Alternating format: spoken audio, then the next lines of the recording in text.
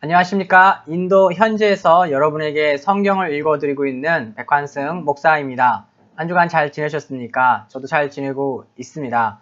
12월이 됐습니다. 시간 참 빨리 갑니다. 달력이 이제 한 장 남았는데요. 네, 그런 거 이제 회의하다가 달력 이렇게 넘겨봐 했는데 뒤에 한 장도 없어서 끝인데요. 약간 이런 상황. 연출한 상황인 것 같지만 실제로 그런 상황이 생기면 느낌이 묘합니다. 묘하더군요. 네. 12월과 1월, 특히 저희는 이제 단기 팀들이 12월 말부터 2월까지 방학 때 오기 때문에 계획을 많이 짭니다. 계획을 짜면서 이렇게 달력을 넘겨보다가 달력이 없는 거예요. 12월이 끝이죠. 네, 그거 보면서 1년이 가는구나 하는 그런 생각도 하고요. 또 12월과 2월까지 또 총 4팀이 오네요. 4팀에 무려 그 중에 한동대가 3팀.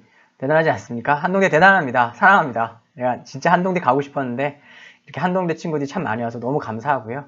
네, 아무튼 3팀이 옵니다. 무려 3팀. 네, 와서 좋은 시간들 보낼 거고요. 또 사나이교회에서 사나이교회도 사랑합니다. 네, 많은 단기팀 이렇게 와주시는 게 얼마나 큰 힘이고 또 사역에 이렇게 도움이 되는지 모르는데 아무튼 난데없는 이제 감사 이야기를 했네요. 그렇게 계획하고 있습니다. 그래서 단기팀들 많이 들어올 거라 되게 많이 기대하고 있고요.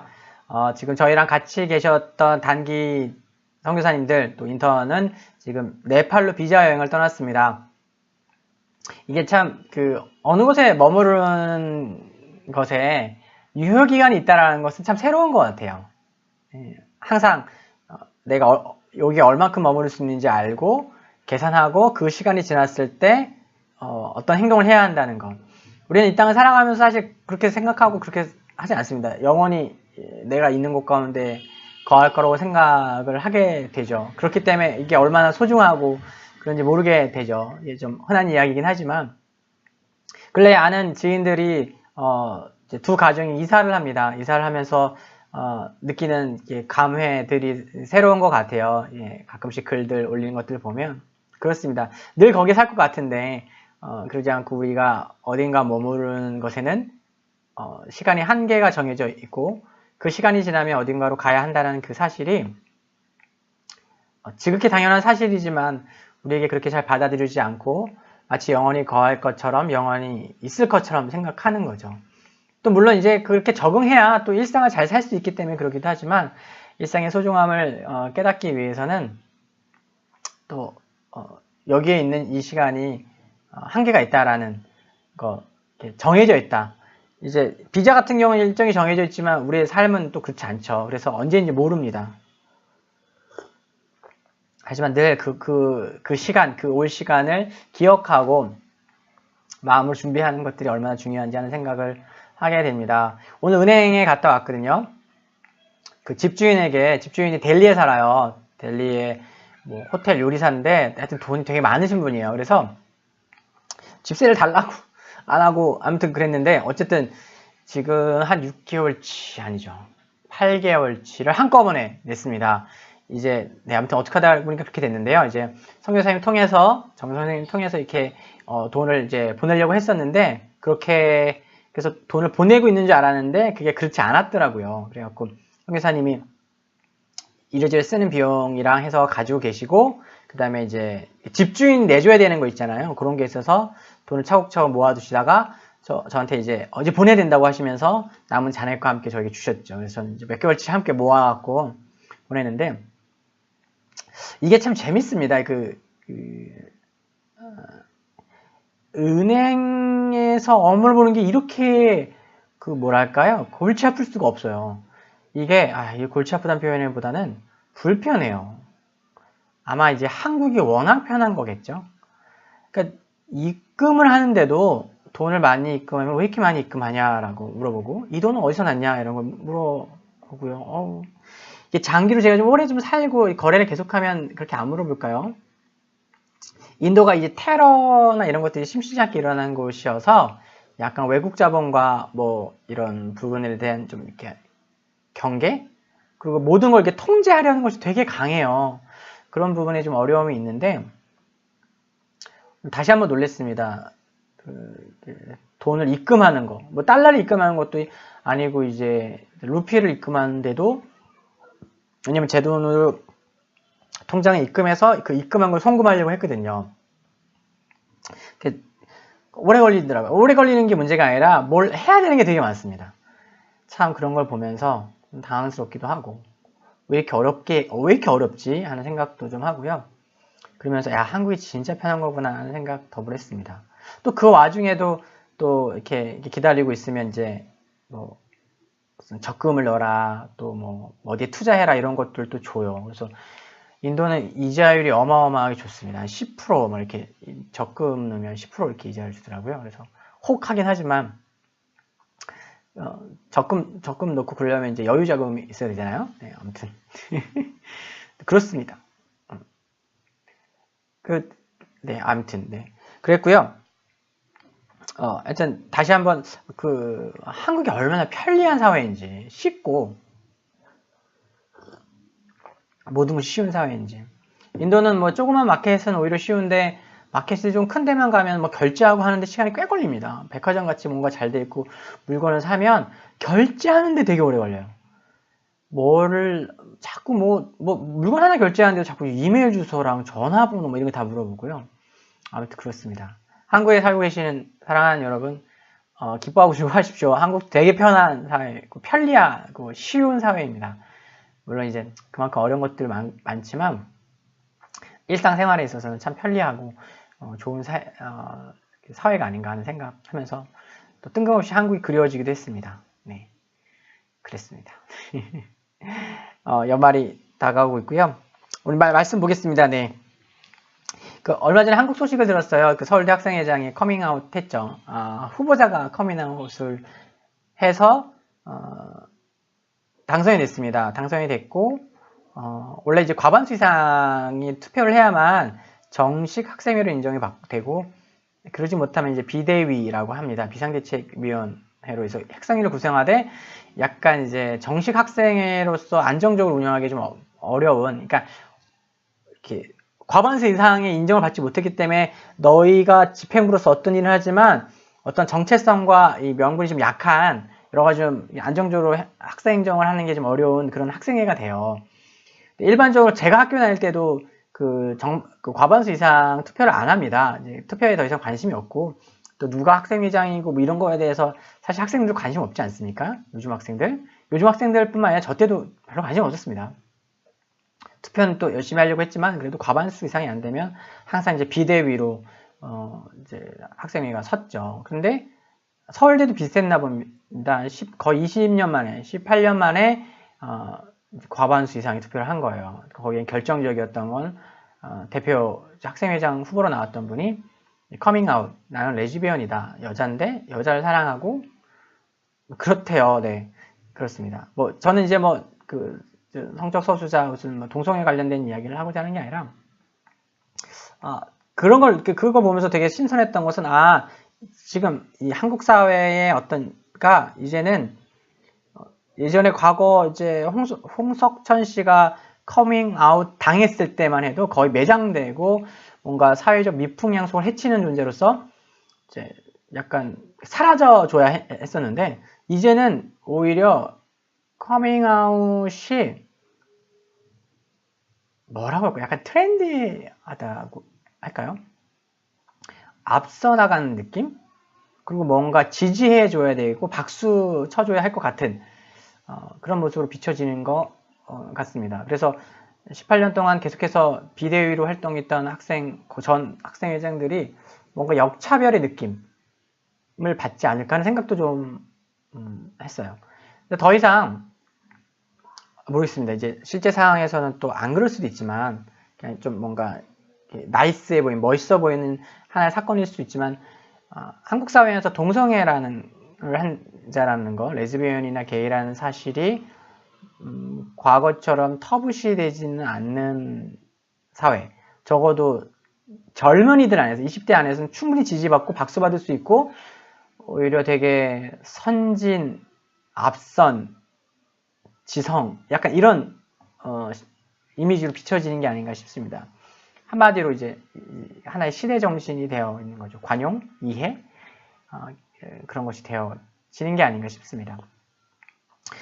제가 이제 서두 시작하면서 그 얘기를 하는 이유는 기독교는 오히려 반대 흐름으로 가고 있기 때문에 그렇습니다. 뭐 이런 얘기는 너무 많이 들으셨죠. 사실 이제 뭐 80년대까지만 해도 80년대, 90년대 초까지만 해도 교회에 다닌다는 것이 어떤 자기 포기와 헌신과 어떤 인생에 대한 진지함을 가진 사람들, 착한 사람들의 모임이라는 어떤 인식이 있었지만 이제 갈수록 그렇게 잘 안 되지 않습니까? 그리고 갈수록 뭐랄까 내가 그리스도인이다, 교회를 다닌다라고 이야기하는 것이 되게 시대적으로 뒤처진 것 같은 모습이 된다는 거예요. 프랑스에서 그런다고 하죠. I'm Muslim, 난 무슬림 신자라고 하는 것은 뭔가 되게 앞서 나가는 느낌이 있고, 나는 그리스도인이라고 이야기를 하면은 뭔가 되게 뒤처진 느낌을 갖는다는 거예요. 그래서 무슬림은 되게 나이스해 보이고 멋있어 보이고, 그렇지만 기독교라고 한다는 것은 뭔가 좀 되게 뒤처진 느낌을 받고 과거의 산물, 서당 다녀, 약간 이런 느낌을 받아진다고 하는데 한국도 그렇게 좀 되어가고 있는 게 아닌가 싶은 염려와 근심이 있습니다. 오늘 말씀에 사실 이제 이런 접촉점이 좀 있어요. 제가 이제 처음 예를 든 이런 부분이 접촉점이 있는데, 오늘 이야기는 읽어보시면 9장 24절부터 34절 읽어보면 계속되는 이 맹인과의 논쟁이에요. 그 맹인과의 논쟁이라기보다는 맹인 눈을 떴어. 태어날 때부터 맹인이었던 사람이 눈을 떴어. 그거에 대한 많은 이야기는 이미 했고요. 근데 계속 그 사실에 대해서 믿지 않는 게 아니라 믿고 싶어 하지 않아요. 그래서 논쟁이 한 번 있고 부모를 불러왔고 부모가 내 아들 나이 다 먹고 컸는데 왜 우리한테 물어보냐? 내 아들에게 물어봐라. 성인이다. 그래서 부모들이 그렇게 대답을 회피하고 아들에게 떠넘기는 이유는 이미 그 지도자들과 바리새인들이 누구든지 예수 그리스도를 주라고 하고 그를 추종하는 자들은 자기들의 모임에서 회당 공동체에서 쫓아내기로 결정했기 때문이다라고 성경이 이야기합니다. 그런 상황 안에서 그런 이야기들이 공유되어 있는 상황 속에서 어떻게 됩니까? 바리새인들이 지금 이 맹인이었던 사람에게 계속 추궁을 하는 거예요. 널 누가 고쳤냐? 어떻게 고쳤냐? 너는 그 사람에서 어떻게 생각하냐? 이렇게 얘기합니다. 재미있는 표현이 24절에 보면 제가 이제 이렇게 번역했는데요. 진실을 말함으로 하나님께 영광을 돌려라. 다시 이제 뭔가 이 환경, 이 분위기, 이 대화의 분위기가 어떤 건지를 이해하시면 좋은데 되게 압박이 있는 상황인 거예요. 뭔가 이제 압력이 있는 상황인 거예요. 말 잘해야 돼. 지금부터 말 되게 잘해야 돼. 약간 이런 분위기가 있는 상황에서 이야기하는 거죠. 진실을 말함으로 하나님께 영광을 돌려라. Give glory to God by telling the truth. 네. 발음은 좋지 않지만 잘 들리실 겁니다. 진리를 이야기하는 걸 통해서 하나님께 영광을 돌려라. 맹세해라 라는 거죠. 너 하나님께 맹세해 라고 얘기하는 겁니다. 그리고 이야기합니다. 너를 고친 그 사람은 예수님을 두고 너를 고친 그 사람이 우리 생각엔 죄인이야. 그렇지? 라고 묻는 거예요. Isn't it? 그렇지? 그냥 예스만 하면 돼요.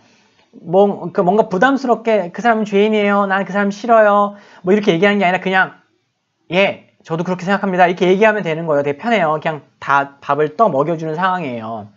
이제 그런데 그 사람이 뭐라고 대답하냐면 그 사람이 죄인인지 아닌지 저는 같이 판단할 수 없습니다. 라고 이야기해요. 한 발짝 물러서고 원하는 대답을 안 해줘요. 지금 중요한 맥락은 뭐냐면요. 바리새인들이 원하는 그 대답을 안 해줘요. 왜냐면 지금 자꾸 예수님이 맹인이었던 사람 고친 거 알려주고 또 그러면 이건 정말 하나님으로부터 밖에 날 수 없다는 걸 알기 때문에 그걸 받아들이기 싫은 거예요. 그래서 부모를 불러서 얘 사실은 태어날 때 눈 부터 장님 아니었지 막 이런 걸 추구하는데 그건 아니고 증인 너무 많잖아요. 그러니까 이제 뭘 얘기하면 당사자에게 물으는 거예요. 네가 거절하면 돼. 네가 아니라고 하면 돼. 그러면 모든 게 편해져. 너도 행복해져.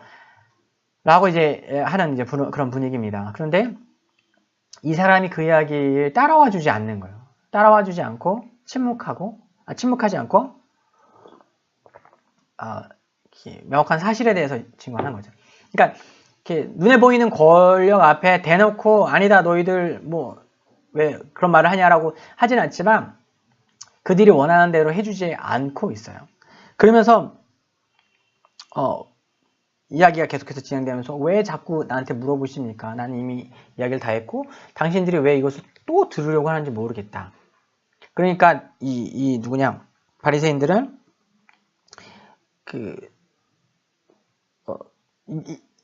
너를 고친 그 사람이 죄인이고 너를 사실 고친 게 아니다. 너가 그 사람을 죄인으로 여긴다고 말해라라고 이렇게 계속해서 압박하는 상황이죠. 이때 이들의 눈에 보이는 강압과 권력의 강압 앞에 이 맹인이 아름다운 3단 논법을 씁니다. 그 논리학에서 3단 논법 있죠. A, B, 그래서는 C 이렇게 되는 건데요. 이런 겁니다. 난 잘 이해가 안 됩니다. 이런 종류의 기적은 첫 번째 이런 종류의 이렇게 태어날 때부터 맹인이었던 사람이 눈을 뜨는 종류의 기적은 하나님으로 밖에는 날 수 없다. 첫 번째 명제. 조건이 첫 번째 하나는 이런 기적은 하나님이 하시지 않으면 할 수 없다. 맞죠? 오케이. 그럴 수밖에 없군요. 하나님이 아닌데 어떻게 이 태어날 때부터 시력 자체를 갖지 못한 사람이 눈을 뜨겠습니까? 그리고 두 번째. 그런데 하나님은 죄인의 말을 듣지 않으시고 오직 경건해서 하나님의 뜻을 행하는 사람의 이야기만을 들으신다. 그리고 예수님의 말씀을 들어서 나를 고쳐주셨다.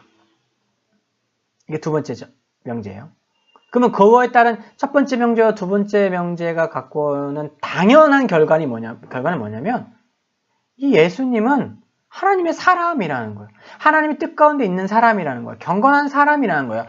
최소한 죄인일 수 없다라는 거예요. 이 명확한 진리, 명확한 사실을 이야기하는 겁니다. 이게 참 놀라운 건 성령께서 당신을 따르는 자에게 하나님이 지혜를 주신 다라는 그 말씀의 근거로 삼아도 좋을 거라고 생각되는 건 이 맹인이었단 말이죠. 학식이 없었어요. 어떤 학문을 공부하거나 그렇지 못한 사람인 거죠. 그런데 어떤 직접적으로 거친 말로 너희들 왜 그러냐라고 이렇게 변론하는 것이 아니라 아주 지혜로운 말로 그리고 매우 논리적으로 예수님을 죄인이라고 해라는 그 강압에 맞서고 있는 거예요. 놀랍지 않습니까? 전 이걸 보면서 참 멋있다, 대단하다. 이게 성령께서 지혜를 주시고 인도해 주셨기 때문에 가능한 거지. 그렇지 않으면 불가능하겠구나. 여러분 이걸 아셔야 되는데 그냥 뭐 공부를 하지 않고 교육을 받지 않아도 똑똑할 수 있잖아요, 지혜로울 수 있잖아요, 이렇게 생각하실 수도 있는데요. 그렇지 않아요. 실제로 교육 서비스를 받지 못한 사람과 이야기를 해보면 알 수 있어요. 교육의 혜택을 전혀 받지 못한 사람들과 이야기를 해보면 너무 기본적인 것들을 잘 몰라. 인도에서 있으면 좀 그런 거 많이 겪게 되잖아요. 이렇게 전혀 어떤 기본적인 교육을 받지 못한 분들에게 설교를 하거나 어떤 것들을 할 때 이해도가 너무 다른 거예요. 너무 다른 거예요. 예를 들면 이제 저희 사역에 있는 학생들, 교육을 잘 많이 받지 못한 학생들과 NIT 다니는 학생들과 똑같은 한국어를 배운다고 할 때 레벨이 너무 많이 차이가 나요. 그러니까 공부란 걸 해봤고 어떤 지식이란 걸 습득해 본 사람, 그것을 이렇게 노력해서 해본 사람과 그렇지 않은 사람과 이 차이가 현격하게 납니다. 그러니까 사실 당시에 유대인이 태어날 때부터 맹인이었고 맹인이라고 하는 것은 곧 어떤 죄와 연관되어서 그 당시엔 그랬잖아요. 어떤 그 장애가 있는 사람이라는 건 그런 환경 가운데서 사실 학문을 배우거나 율법을 배우거나 이런 것에 철저히 배제되었을 이 사람이 이런 3단 논법으로 이 학식이 있는 똑똑한 바리새인들의 이야기에 논박합니다. 오히려 그렇게 논리정연하게 논박하는 이 사람 앞에 바리새인들, 학문을 연구했고 학식이 있다고 하는 이 사람들이 어떻게 하냐면 우깁니다. 모욕합니다. 어떻게 모욕하냐면 야, 너는 태어날 때부터 죄 가운데 태어난 모태 죄인이 감히 우리한테 설교를 하려고 해? 우리를 가르치려고 들여? 우리에게 강의를 하려고 해? 쓸데없는 소리 하지 마! 하고 쫓아내버립니다. 논리와 진리의 싸움을 하는 것이 아니라 그냥 감정적으로 그리고 자신들이 갖고 있는 권력을 마구 휘두르는 형식으로 이 문제를 해결하게 되죠.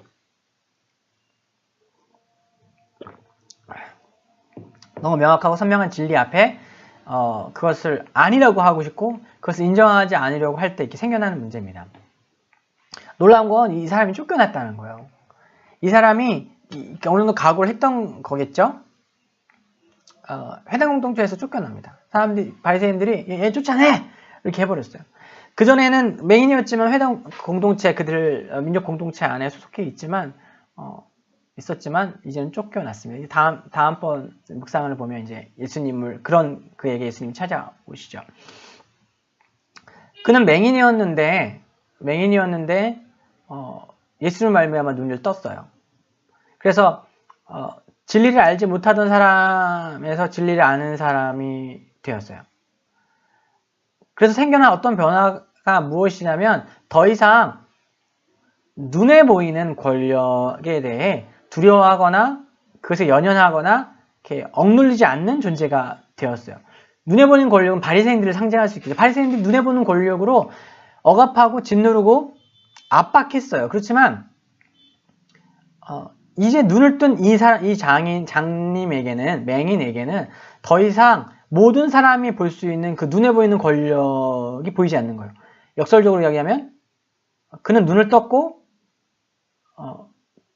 오히려 세상 권력에 대해서 눈을 감게 된 거죠. 그러니까 그들의 부모가 하나의 되게 중요한 그 대칭점이 되는데, 부모는 그들의 권력과 그들의 권위를 보고 있기 때문에 제대로 된 대답을 할 수 없고 미룰 수밖에 없었어요.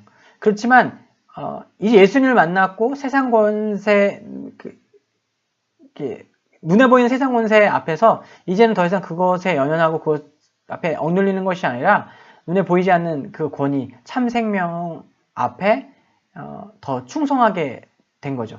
제가 좀 더 표현을 고급지고 멋있게 하고 싶었는데 그렇게 안 되네요. 아무튼 이 역설이 보이시죠? 눈을 감았는데 눈을 떴고, 반대로 눈을 떴지만 눈을 감고 있는 거예요. 이 사람은 이전에 보지 못했던, 보이지 않았던 권력, 권위, 참 구원에 대해서 눈을 떴습니다. 그렇기 때문에 지금 자신을 압박하고 자신을 억누려고 하는 그들을 따라 그들이 원하는 대답을 하지 않았던 겁니다. 그렇지 않고 당당하게 그냥 있는 그대로 진리에 대해서 온전하게 반응할 수 있게 된 거였어요. 자신이 누구인지, 자신에게 일어난 일이 어떤 일이 일어났고 누가 그 일을 했는지에 대해서 숨기지 않고 있는 그대로 드러낼 수 있는 사람이 된 거죠. 제가 처음에 커밍아웃을 이야기하면서 오늘 이 설교의 제목, 말씀 나눌 제목을 영적 커밍아웃으로 잡은 것은 역설적으로 참 슬프지만 오히려 과거 동성애자나 성적 소수자들이 차별받고 그들이 커밍아웃을 하는 것이 대단한 용기로 받아들여졌지만, 지금도 역시 그럴 수 있지만 지금 우리에게 보여주는 현실은 오히려 그런 걸 조금 더 대우받을 수 있는 환경이 되어져 가고 있다는 거예요. 과거 기독교도 그랬어요. 과거 기독교도 예수 믿고 막 옛날 초반부에 막 억압받고 하다가 기독교가 성장하고 좋은 일들을 하면서 막 성장하면서 이제 교회 다닌다면 뭔가 인정을 해주고, 뭔가 이제 강남에서 어깨 좀 펴려면 교회 다녀야 된다 이런 얘기도 있지 않습니까? 그래서 기독교인이라고 밝히는 것이 뭔가 세련되고 앞선 마치 개화기 신자들처럼 그런 모습이었다가 지금은 다시 그렇지 않은 환경으로 돌아가게 되었습니다. 그리고 우리가 가면 갈수록 어떤 현상들을 보게 되면 우리가 그리스도인이고 하나님 믿는 사람이라는 것들을 굳이 드러내지 않는 환경 가운데 드러나는 거예요. 왜냐면 그리스도인이라고 하면 뭔가 요즘 이제 좋지 않게 보고 그런 안 좋은 인식들이 있는 것뿐만 아니라 그리스도인이라고 했을 때 그리스도인에게 기대하는 그 기대가 있잖아요. 그 기대를 충족시켜 주기가 힘든 거예요. 제가 이런 얘기 참 여러 번 했지만 내가 그리스도인인 걸 알면 물건값 과도하게 깎기가 어렵고요. 내가 그리스도인인 것을 드러내면 예를 들면 이제 시푸드 레스토랑이나 어떤 좋은 레스토랑 이런 데 가서 흔히 이야기하는 갑질, 내가 내 돈 주고 맛있는 거 보니까 원하는 서비스를 받고 원하는 서비스를 안 해주면 막 이렇게 까칠하게 막 할 수 있다는 어떤 권력의식들이 있어요. 있습니다. 이렇게 요구하고. 그러면, 아, 네, 손님, 불편하셨습니까? 뭐 이런 거 있잖아요. 과도하게 친절한 사회이기 때문에. 아무튼. 근데 이제 내가 그리스도인 것들이 알려주면 그런 걸 잘 못해요. 뭔가 이제 마음속에서 이제 그러면 안 되는 걸 알기 때문에. 그래서 일부러 그런 걸 알리지 않고. 그래서 제가 농담으로 참 얘기하지만 이제 충무공 친자, 충무공, 이순신 장군이시죠. 그래서 내가 총에 맞았다는 것을 외적에게 알리지 말라라고 하는 것처럼 내가 그리스도인이라는 사실을 이웃에게 알리지 마라. 왜냐면 이제 그럼 뭔가 양보해야 될 것 같고 착한 일을 해야 될 것 같고 헌금도 좀 더 해야 될 것 같고 뭔가 같이 공동체에서 어떤 거 솔선수범할 때 더 해야 될 것 같고 그렇잖아요. 같은 게 아니라 그렇게 하는 것이 하나님 우리에게 원하시는 아주 선하신 뜻이죠. 근데 그런 어떤 차별의 현장, 차별이라면 차별이죠. 그리고 당연하게 여겨진 이 시대에서 당연하게 누릴 수 있는 권력을 느껴지는 그것을 이렇게 행사하지 못하고 누리지 않는 거죠. 오히려 어떤 경우에는 그리스도인이기 때문에 막 어거지를 써야 되는 상황들도 생기는 거고요. 제가 그 말씀드렸죠. 우리 한 3주 정도 저희 이제 단기팀 왔을 때 막 차 대여하며 운전했던 그 사람이 우리가 그리스도인인 걸 알았어요. 그래갖고 저희들한테 엄청 사기를 쳤어요. 엄청 뭐 물건 사는데 뭐 가격을 엄청 부풀리고 뭐 그리고 나중에는 이제 너희들 그리스도인이면 다 용서해 주는 사람들 아니냐, 다 용서해라 뭐 이러고 저희가 손해를 많이 봤습니다. 사실 막 그런 상황들 있죠. 그리고 저희는 선교사하고 또 이제 외국에서 온 사람들이기 때문에 그런 차별의 현장에 되게 많이 노출됩니다.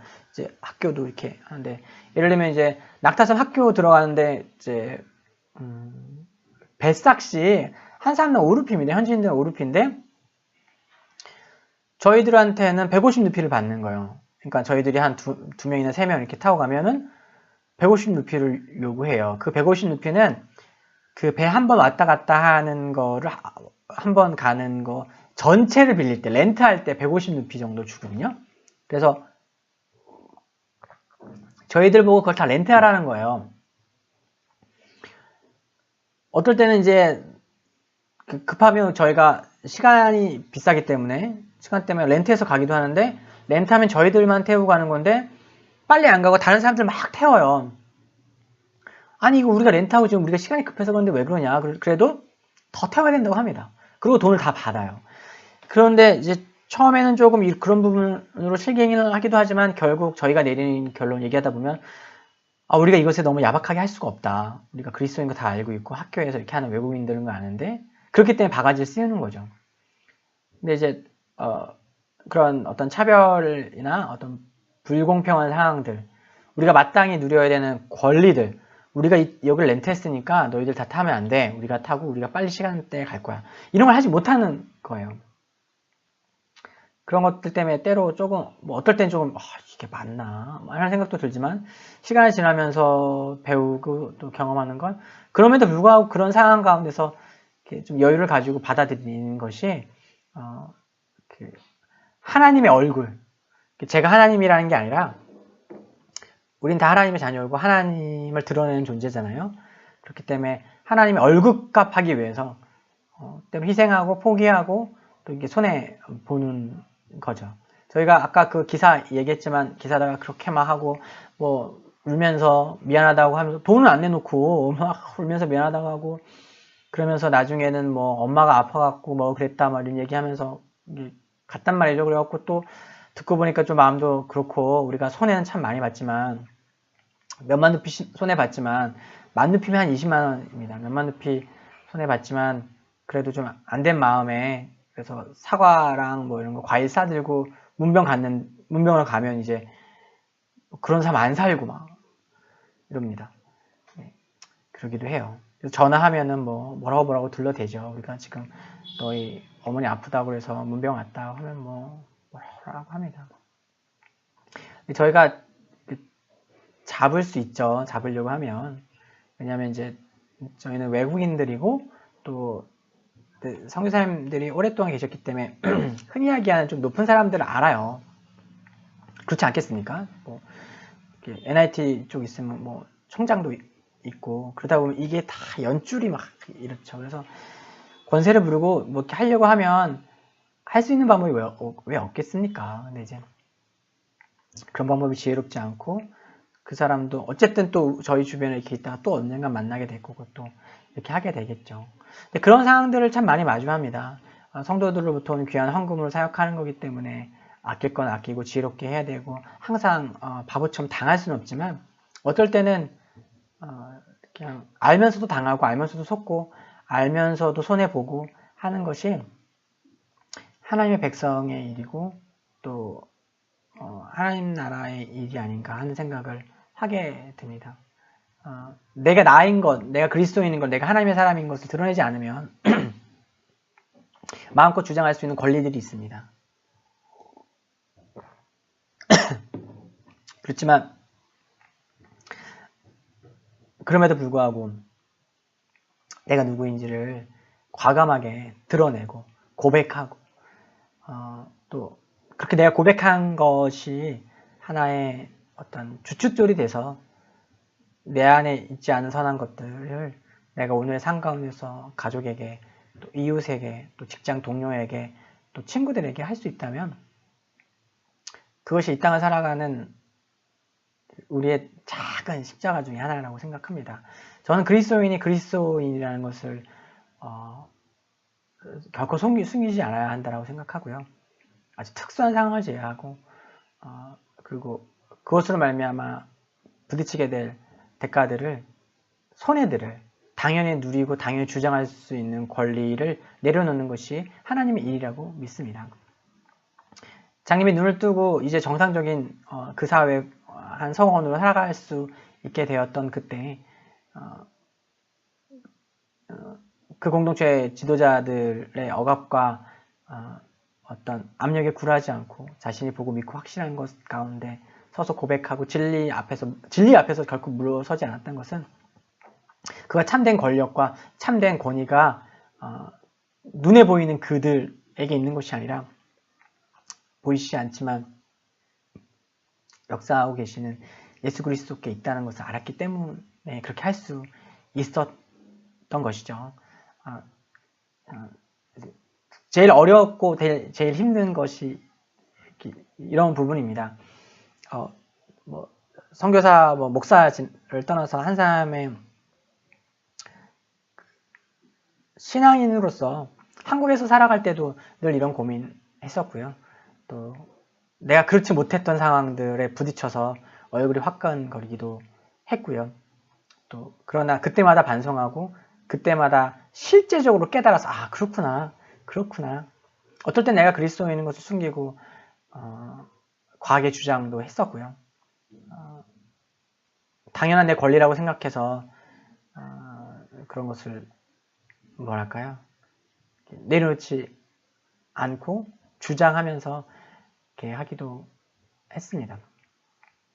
그러나 말씀을 통해서 주님께서 저를 인도하셨고 계속해서 인도해 주시는 그것은 어디에 가든 무엇을 하든 내가 하나님의 백성인 것을 숨기지 말고 그래야 하기 때문에 지불해야 되는 어떤 대가 그렇기 때문에 내가 지불해야 되는 어떤 내가 당연히 요구할 수 있는 것을 요구하지 못하는 그런 것들을 내려놓고 손해보고 때로 억지 당하고 때로 답답한 상황에 처하더라도 그렇게 손해보면 가는 것이 하나님의 일이고 또 그렇게 거룩하게 살려고 애쓰는 것이 참된 권위이고 권력이고 성도의 삶이 아닌가 그렇게 배우게 됩니다. 사랑하는 여러분 안녕하십니까? 직장 생활에서 가족들과의 관계 가운데서 또 모든 자리 가운데서 스스로 늘 신앙인인 것을 드러내면서 그리고 그 값하려고 예수 얼굴 값하려고 하나님의 얼굴 값하려고 참 애쓰고 계시죠. 저는 확신합니다. 주님께서 자랑스러워하십니다. 우리가 바보 소리 듣고 손해본다는 얘기 들을 그때에도 주님께서 우리가 그 값하려고 애쓸 때 수고할 때 고생할 때 주님께서 기뻐하시며 축복하시고 우리에게 복을 내려준다고 믿고요. 그것을 통해서 예수 그리스도의 능력과 복음과 참 생명이 흘러나가는 축복의 도랑 축복의 근원, 그것이 우리가 될 수 있으리라고 믿습니다. 힘내시고요. 말씀이 우리를 이끄는 방향이 결코 쉽고 편하고 뭔가 막 로또 당첨되고 막 그런 것만은 아닙니다. 때로 그럴 때 있지만, 그렇지만 그것이 살 길이고 그것이 가장 좋은 길이라는 사실 우리가 말씀을 통해서 계속 배우고 있습니다. 승리하시고 주님 말씀 가운데서 강건하십시오. 다음 주에도 주님 말씀 들고 또 여러분 만나 뵙겠습니다. 사랑하고 축복합니다.